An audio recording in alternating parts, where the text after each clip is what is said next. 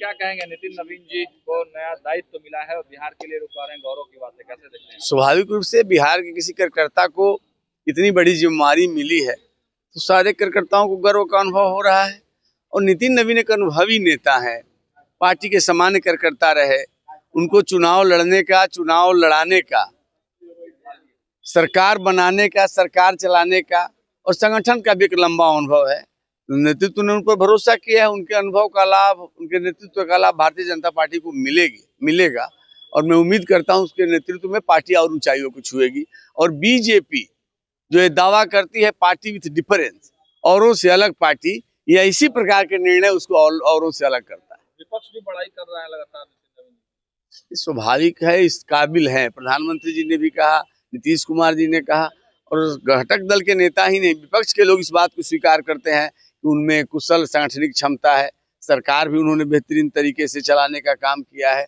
और सबसे बड़ी बात, मिलनसार हैं, मृदुभाषी हैं, सहज हैं, सरल हैं, सुलभ हैं।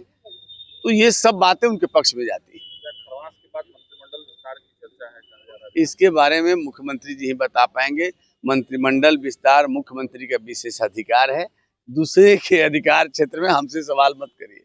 आने वाले कुछ समय में कई राज्यों में विधानसभा का चुनाव होना है, तो इसका असर उस पर पड़ेगा? देखिए, स्वाभाविक रूप से पार्टी ने एक अनुभवी कार्यकर्ता को अवसर दिया है। नितिन नवीन जी अभी भी छत्तीसगढ़ के प्रभारी हैं और पिछले छत्तीसगढ़ के चुनाव को हमने उन्हीं के नेतृत्व में जीता है। जब लोग कह रहे थे कि भूपेश बघेल को हटाना मुश्किल है, उस दौर में भारतीय जनता पार्टी को प्रचंड सफलता मिली नितिन जी के नेतृत्व में।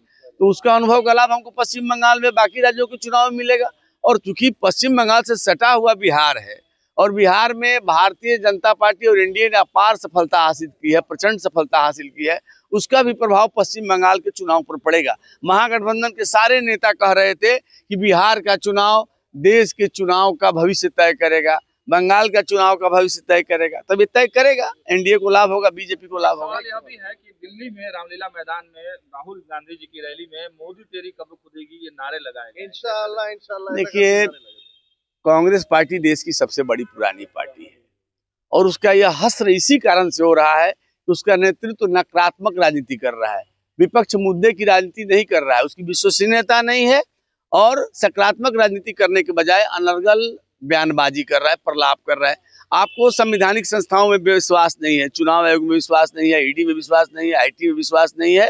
जब चुनाव का निर्णय आपके पक्ष में जाता है तो चुनाव आयोग निष्पक्ष हो जाता है, ईवीएम ठीक हो जाती है, वोटर लिस्ट सही हो जाता है और प्रशासन निष्पक्ष हो जाता है। जब फैसला विरोध में जाता है, आप अपने कमियों को ढूंढिए। भारतीय जनता पार्टी लंबे समय तक विपक्ष में रही है, हमने संगठन को मजबूत किया, लोगों का विश्वास जीता।